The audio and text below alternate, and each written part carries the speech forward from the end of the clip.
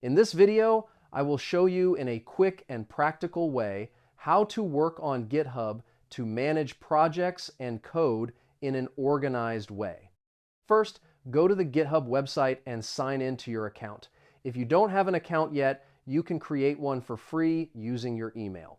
Once you are inside, you can create a new project by clicking the New Repository button, enter a project name, and click Create Repository to create the repository.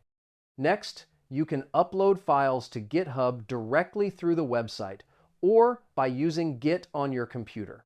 To work on the project locally, copy the repository link and use the git clone command in the terminal to download the files. After downloading the project, open the folder in your code editor and make the necessary changes. Whenever you modify something, use the git add command to select the changes. Then use git commit m message to save a new version of the project. After that, use .git push to upload the changes to GitHub. You can also collaborate with other people by adding collaborators to the repository.